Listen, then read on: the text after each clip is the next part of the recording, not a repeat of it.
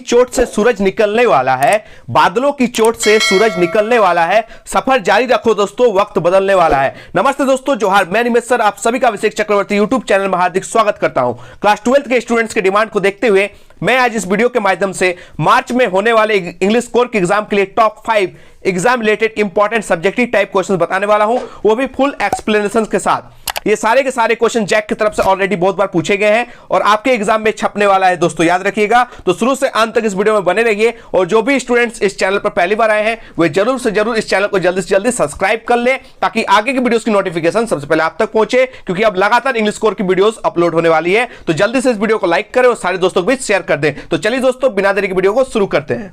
तो दोस्तों, आज का पहला इंग्लिश कोर का इंपॉर्टेंट क्वेश्चन आप लोग देख सकते हैं सब्जेक्टिव टाइप में। क्वेश्चन नंबर 1 क्या पूछा गया है? Who was doctor Sadao Hoki, where was his house? उनका घर कहां था? डॉक्टर शैडो हुकी कौन थे और उनका घर कहां था, ये आपसे क्वेश्चन में पूछा गया है।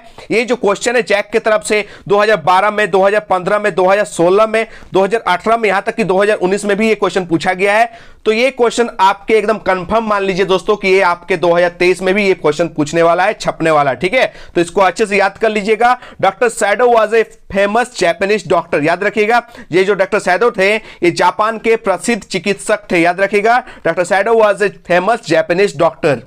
He had gone to America for learning surgery and medicine, याद रखिएगा। वह सर्जरी और मेडिसिन सीखने के लिए अमेरिका गए हुए थे। कहां गए हुए थे दोस्तों? सर्जरी और मेडिसिन सीखने के लिए अमेरिका गए हुए थे, ठीक है। आगे, Dr. Sado's house was built on a spot on the Japanese coast. The low square stone house was set upon rocks well above a narrow beach. ठीक है।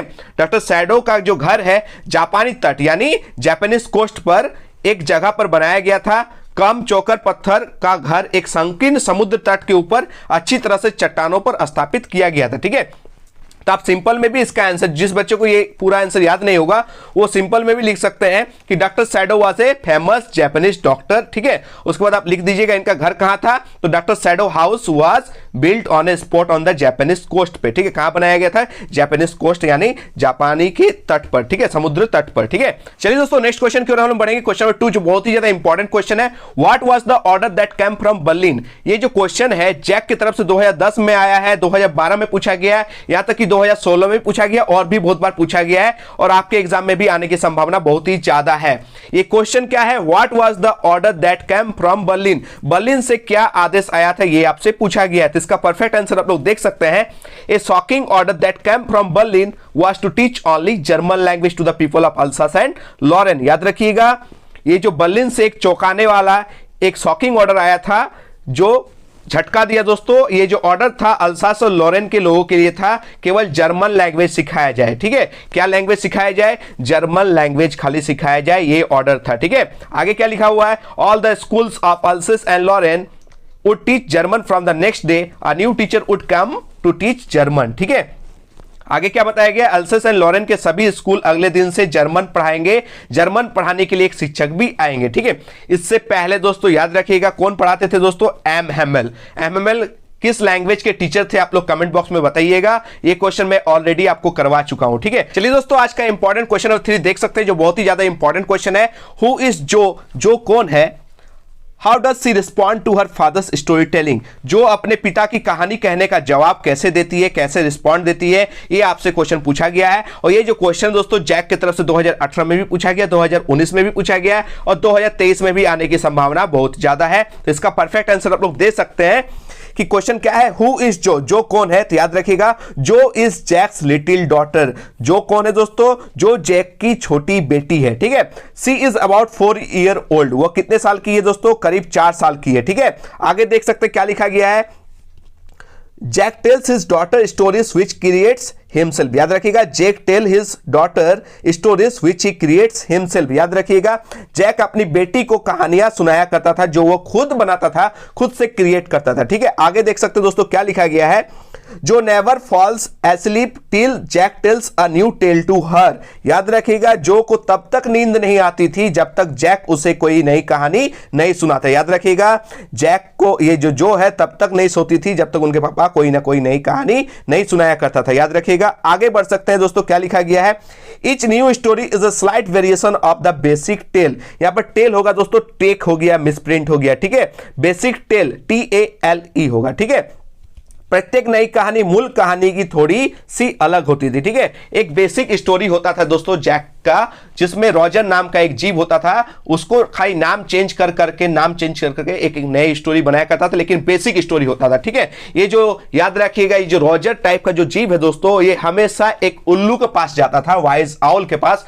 ये वाइज आउल इसे विजार्ड के पास भेज देता था, जहां पर इसका सॉल्यूशन हो जाता था। ठीक है, यही बेसिक स्टोरी को बार बार घुमा के खाली नाम चेंज करके ये जैक अपनी बेटी जो को सुनाया करता था। ठीक है, आगे देख सकते क्या लिखा गया है, she would enjoy all such stories and show her interest by asking many questions related to them. ठीक है, वो ऐसी सभी कहानियों का आनंद लेती थी और उनसे जुड़े कई सवाल पूछकर अपनी रुचि दिखाती थी। ठीक है, ये था बहुत ही इंपॉर्टेंट क्वेश्चन दोस्तों। नेक्स्ट क्वेश्चन की ओर हम बढ़ते, क्वेश्चन नंबर 4 जो बहुत ही ज्यादा इंपॉर्टेंट क्वेश्चन है।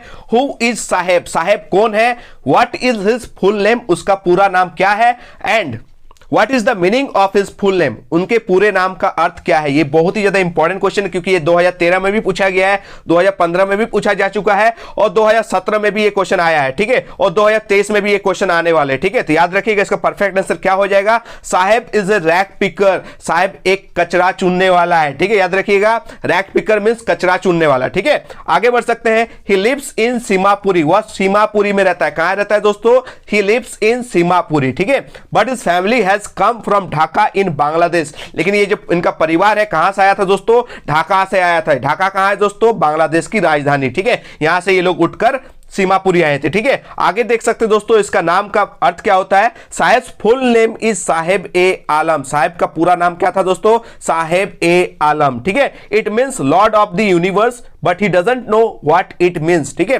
इसका अर्थ होता है ब्रह्मांड का स्वामी, लेकिन वह नहीं जानता कि इसका क्या मतलब है। ठीक है, बहुत ही ज्यादा इंपॉर्टेंट क्वेश्चन है, याद रखिएगा। साहेब क्या है दोस्तों, Saheb is a rag picker और he lives in Seemapuri but his family has come from Dhaka in Bangladesh. ठीक है, और उनका जो पूरा नाम क्या था दोस्तों, साहेब ए आलम था, और इनका मीनिंग क्या होता है दोस्तों, लॉर्ड ऑफ द यूनिवर्स, यानी पूरे ब्रह्मांड का स्वामी। ठीक है, आपसे क्वेश्चन दोस्तों, आप लोग आंसर दीजिएगा, हु इज मुकेश, मुकेश कौन है। ठीक है, आप लोग कमेंट में बताइएगा, बहुत ही इंपॉर्टेंट क्वेश्चन है। चलिए दोस्तों, आज का लास्ट और अंतिम क्वेश्चन आप लोग देख सकते हैं, क्वेश्चन नंबर 5 जो बहुत ही ज्यादा इंपॉर्टेंट क्वेश्चन है, और ये question previous year model set में भी पूछा गया था, और ये जो क्वेश्चन है द रैट ट्रैप से पूछा गया। ठीक है, what did the peddler sell and how did he make the things. ठीक है, ये जो पैडलर है वो क्या बेचता था और वह ये जो वस्तुएं कैसे बनाता था, ये आपसे क्वेश्चन है पूछा गया है। ठीक है, तो इसका परफेक्ट आंसर आप लोग देख सकते हैं, the peddler sold small rat traps made of wire. ठीक है, ये जो पैडलर है तार से यानी वायर से बनी छोटी छोटी चूहेदानियां बेचा करता था। याद रखिएगा,